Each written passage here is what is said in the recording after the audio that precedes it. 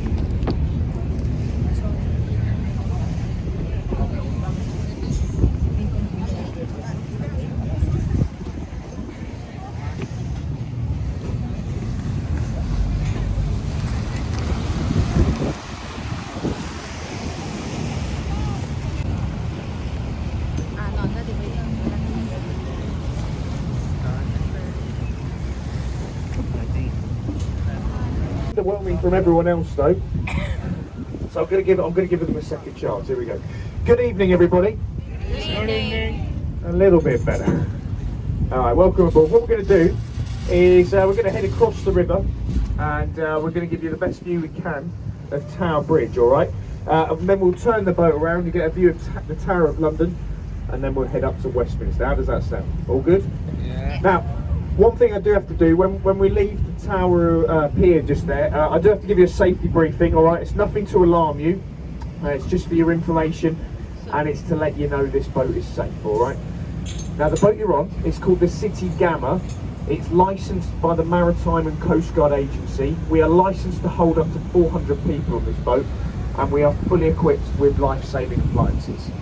We're in communication with all these boats you see out here, as well as the Port of London authorities and emergency services at all times. Now, in the unlikely case of an emergency, just remain calm, remain seated, and listen to your crew's instructions. All right, we're trained and we are licensed to be on this river, so you're in safe hands, guys. All right. If that has alarmed anyone, all right, the good news for you, downstairs we do have a fully licensed bar.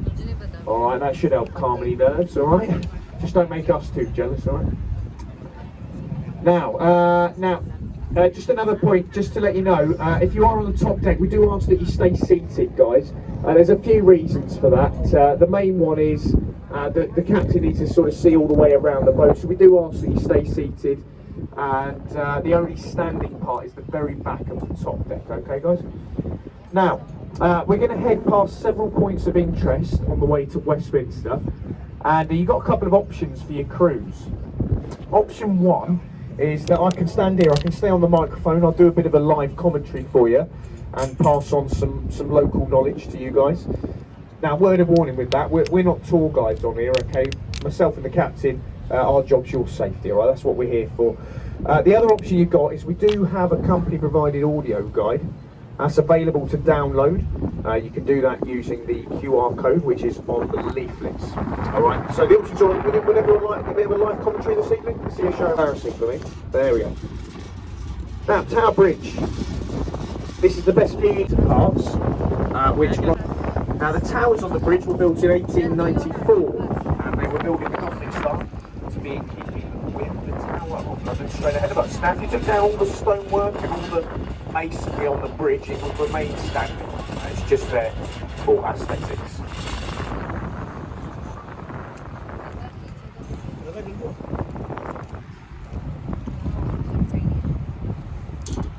So as we continue to turn, the Tower of London. Now the Tower of London, this is my favourite landmark on the river, because there's a lot of history in this building on your right hand side. The centre part with the 4 turrets is the White Tower.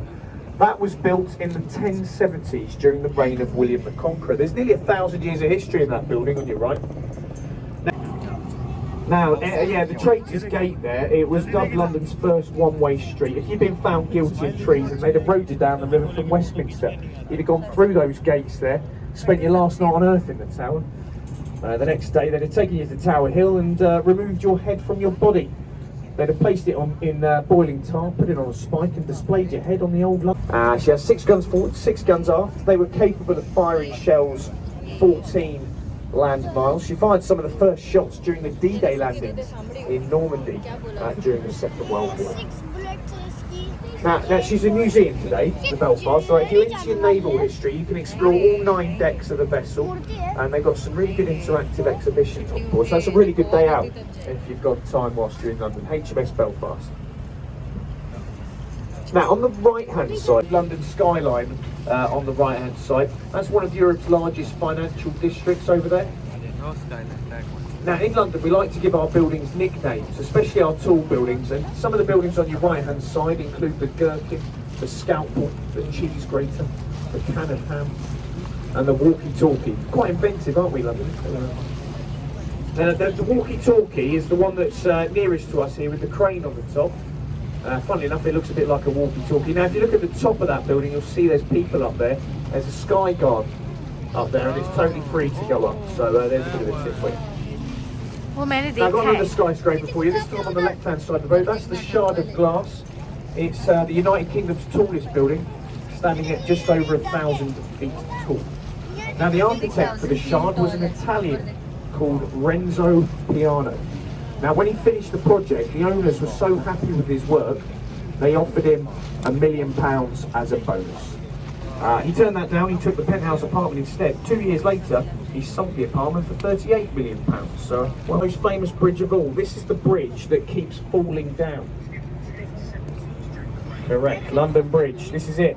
It's not much to look at, is it? But when you think of the history, there's been a bridge spanning this section of the river for over 2,000 years.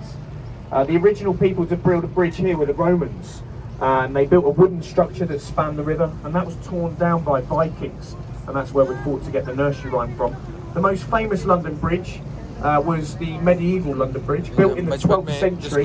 It spanned the river for 600 years. It had houses, churches on it, a whole community. It was considered one of the wonders of the world. So this is London Bridge, folks.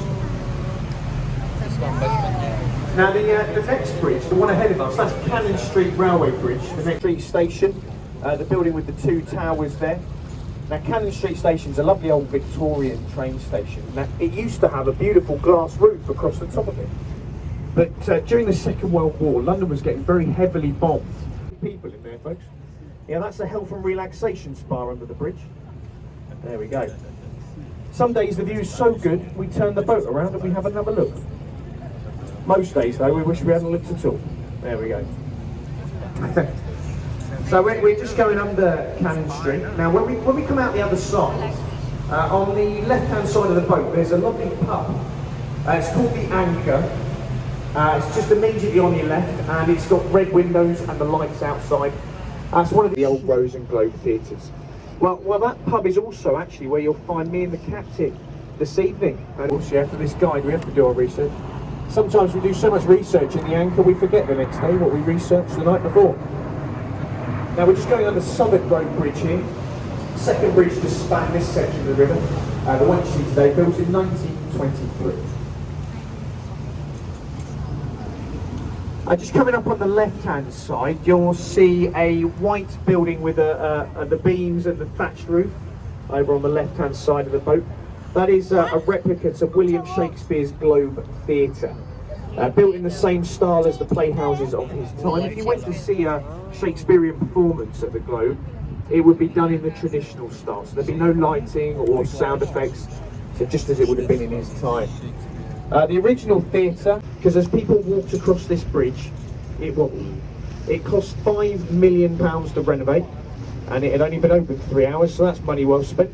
But have a look to your right as we go under the bridge. You'll see it was built perfectly in line with St Paul's Cathedral on the right-hand side. Now the cathedral to your right, Sir Christopher Wren's masterpiece, stands at 365 feet tall. It was opened to the public in 1709 and it was reconstructed after the Great Fire of London.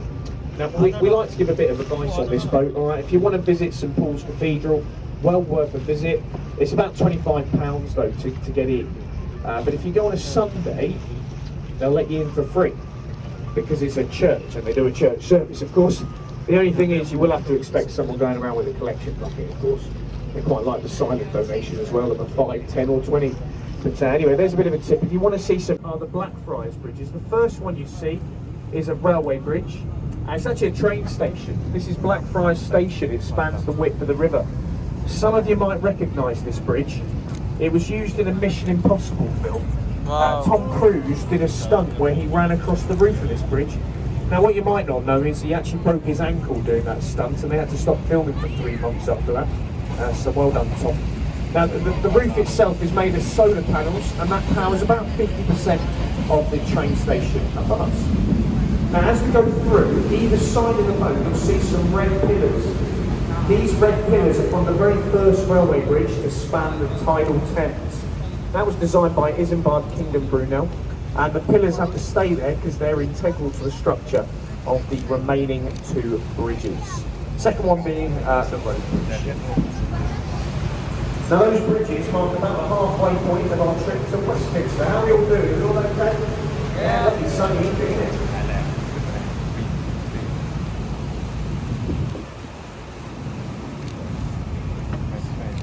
I'm just going to point something out on your right hand side. There's a bit of a construction site in the river here. This is part of the Thames Tideway project. These guys are building London's new super sewer to replace the old Victorian sewage system, which was built after the Great Stink of 1858, of course. Now this is a very expensive project. It's costing about £5 billion, due to be completed next year. Much needed though. Now the river itself in central London, it's very tidal. Between high and low water, we can see a rise and fall in the water level of about 7.5 metres, and it gives us really strong tidal currents. We're currently experiencing a flood tide, so water's rushing in from the North Sea, which is behind us, and we're heading towards high water at the moment. Underneath the lampposts, can everyone see those green lions' heads? Yeah, now they were put in place as a flood defence warning system. So when the water got up to the lions' heads, the local authorities would have contacted business. A couple of boats to point out to you on the right hand side. This white vessel here, HQS Wellington, is a former New Zealand naval vessel. It's permanently moored there today as part of the floating livery club, the Honourable Company of Master Mariners. To be a member of that club on the right hand side, you must have served at sea as a merchant navy captain. Put a boat into that building on your right hand side. Now there's a road the other side of Somerset House which is called the Strand. Some of you would have heard of the Strand. That's a famous road in London. Now Strand, London today, it dates back over 3,500 years. So that makes it older than the City of London itself. Now the next bridge is Charing Cross Railway Bridge, otherwise known as the Hungerford Bridge. Now it's the only part of the river where we're going to go under a railway line, and we're going to go over one as well. The Northern Line and the Bakerloo Underground lines.